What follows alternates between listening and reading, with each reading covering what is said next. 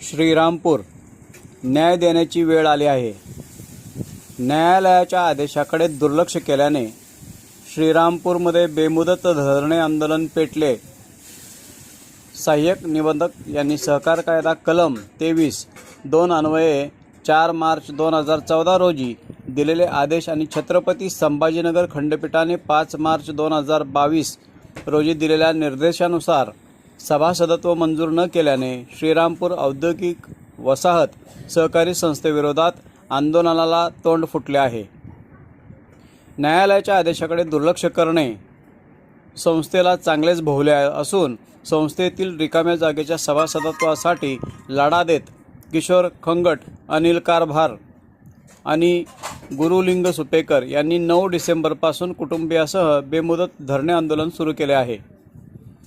आंदोलनाच्या प्रारंभी अजित सिंह परदेशी यांच्या हस्ते छत्रपती संभाजी महाराजांचे पूजन करण्यात आले। यावेळी संतोष तांदळे, देवीदास चव्हाण, बाळासाहेब वेताळ, दशरथ झिंजुरडे, श्रीकांत खेंगट, सोपान गव्हाणे, सोपान वेताळ, दगडू हारार, लाला सुपेकर, प्रितेश तांदळे, अक्षय खेंगट आणि महेश खेंगट यांच्यासह महिलांनी मोठ्या संख्येने सहभाग नोंदवला। श्रीरामपूरमधून RPS स्टार न्यूजसाठी पत्रकार संजय पगारे।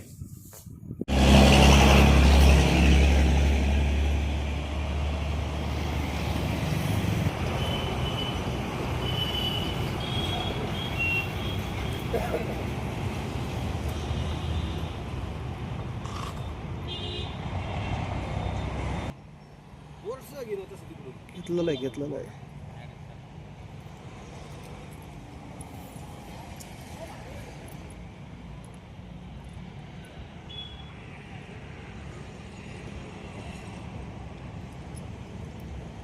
बोला।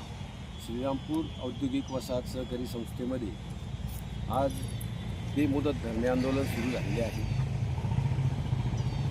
माननीय सहाय्यक निबंधक सहकारी संस्था श्रीरामपूर यांनी दिनांक 4/3/2014 रोजी आम्ही त्यांच्याकडे अपील दाखल केलेलं होतं संस्थेचे सभासद होण्यासाठी।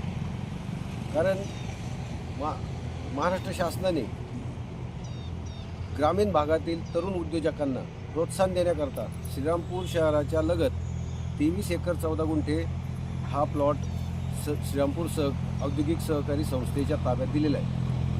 त्यामुळं आम्ही त्यांच्याकडे नियमाप्रमाणे मागणी केली, परंतु आम्हाला त्यांनी अमान्य केल्यामुळं आम्हाला अपिलात जावं लागलं।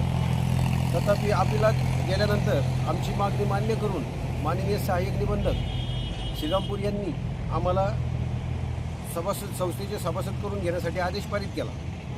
परंतु या संस्थेने आमचा सभासदत्व नाकारलं आणि थेट मुंबई उच्च न्यायालयाचे छत्रपती संभाजीनगर खंडपीठामध्ये रिट पिटिशन दाखल केले 3294/2014। त्यात आमचे 7 वर्ष गेले। 7 वर्षानंतर 15/3/2022 रोजी माननीय खंडपीठाने संस्थेचे रिट पिटिशन फेटाळून आम्हाला न्याय दिला।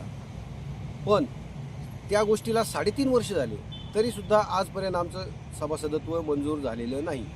त्यामुळे आज आम्ही सदर संस्थेच्या ऑफिसजवळील रिकाम्या जागेत हे आमचे अनिल कारभार, किशोर खेंगट आणि गुरुलिंग सुपेकर हे आपल्या परिवारासह आंदोलनात सहभागी झालेले आहेत।